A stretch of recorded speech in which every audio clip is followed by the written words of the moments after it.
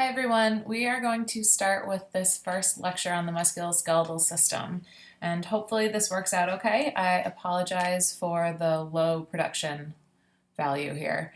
So anyway, we were planning to go over the syllabus and the schedule, which continues to change, and if we continue to have snow days on Monday, we're never going to get through anything, and the grading criteria. So please take a peek at that on Blackboard, and when we do meet face-to-face, if you guys have any questions, we will go over those.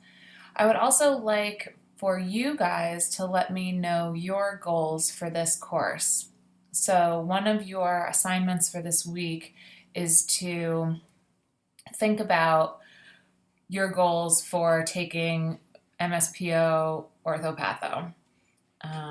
Please do not tell me that you are taking it so that you can get the credits that you need to move forward in the program, or because it's required, or because someone said that you had to, kind of a thing. So why do you guys think as future MSPOs you should be taking a course in orthopedic pathology? So let's get started.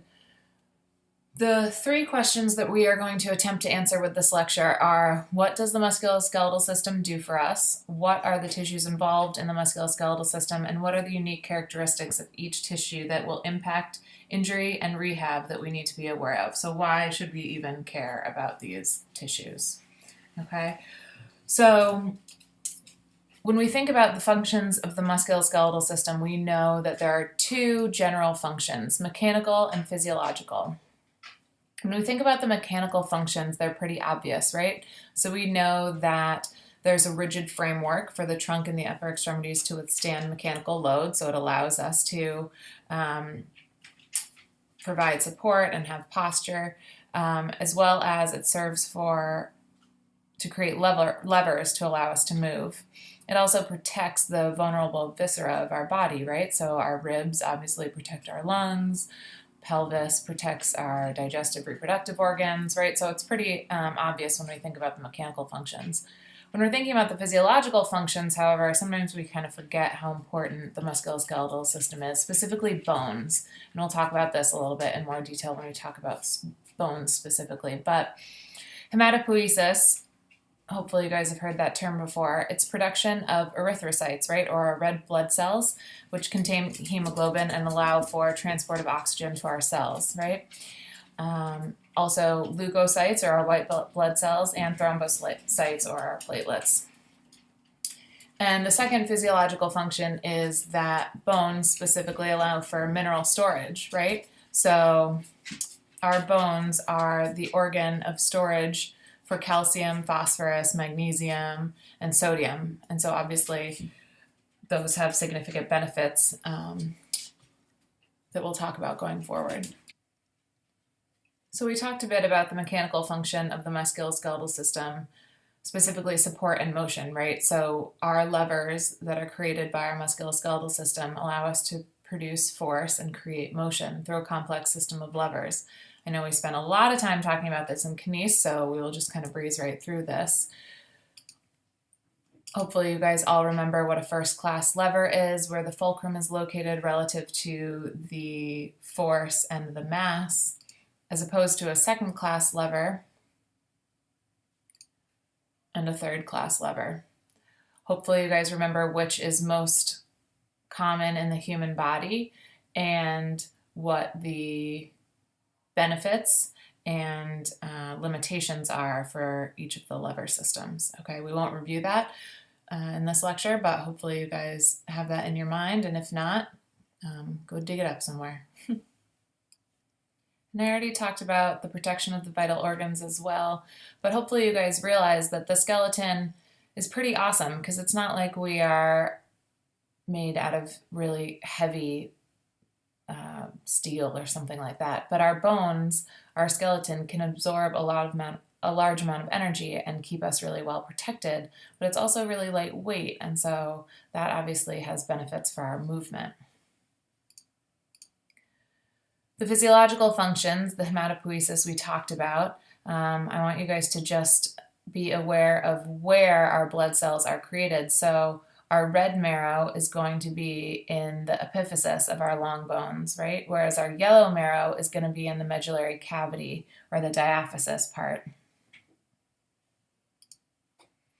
And we already talked about the mineral storage as well, the calcium, the phosphorus, magnesium, sodium. And this allows not only to keep our body healthy in times of need, but also allows for our bones to continue to remodel. So hopefully that was a quick review of what the musculoskeletal system does for us. And now we're going to go on to the specific tissues and talk about their involvement in the system. So there are many tissues involved in the musculoskeletal system that you can see here, and these are the ones that we are going to discuss in this lecture. The nerves and blood vessels also play an important role in the musculoskeletal system, but we're not going to focus on them today as they're part of separate systems of the body. Hopefully you guys remember these different aspects of bone. We're not going to review them specifically, but it's important to know the differences because it will have relevance when we talk about different fracture types and bone healing and even different disease processes. Just as a kind of quick reminder, there are different types of tissue involved in bone, right? So we have a cortical bone for the diaphysis, whereas we also have cancellous bone more in the epiphyseal regions. When we think about bone, we know it's a very specialized type of connective tissue, right? It consists of highly cross-linked type 1 collagen and many different types of cells. And the cells you see here, we have the osteoblasts, and hopefully you guys remember that they help with ossification, and they produce the matrix for calcification to occur. We also have osteoclasts, and they're responsible for bone removal. When we talk about different types of bony diseases, a lot of the diseases are going to be related to the relationship between those types of cells. Okay?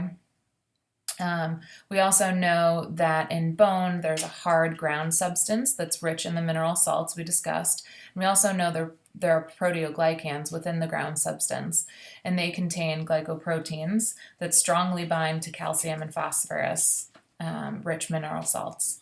Okay. We also know that bone is highly vascularized, which is important because osteocytes require oxygen. So it's important to remember that our bones are highly vascularized, because if something impedes that, it's going to have an effect on our bone's ability to heal. And bone also contains nerve fibers. If any of you have ever broken a bone, you can appreciate that bone does in fact contain nerve fibers. All right, so we also have muscle involved in the musculoskeletal system, obviously. And a little fun fact for you, if you guys do trivia, almost 50% of our body's weight is skeletal muscle. And muscle obviously allows us to perform active movements, and it maintains our posture against gravity. I know you guys remember the basic structural element of muscle tissue, and that's the muscle fiber, right? So each muscle fiber contains many myofibrils, and they further divide down into those sarcomeres, that functional unit of contraction, right? And our sarcomeres contain myofilaments, the actin and myosin. It's also important to remember that each muscle fiber obeys the all or none law. And what that means is that it either contracts maximally or it doesn't contract at all, right? So the difference between a strong or a weak muscle contraction is determined by the number of fibers that are contracting within that muscle at that time.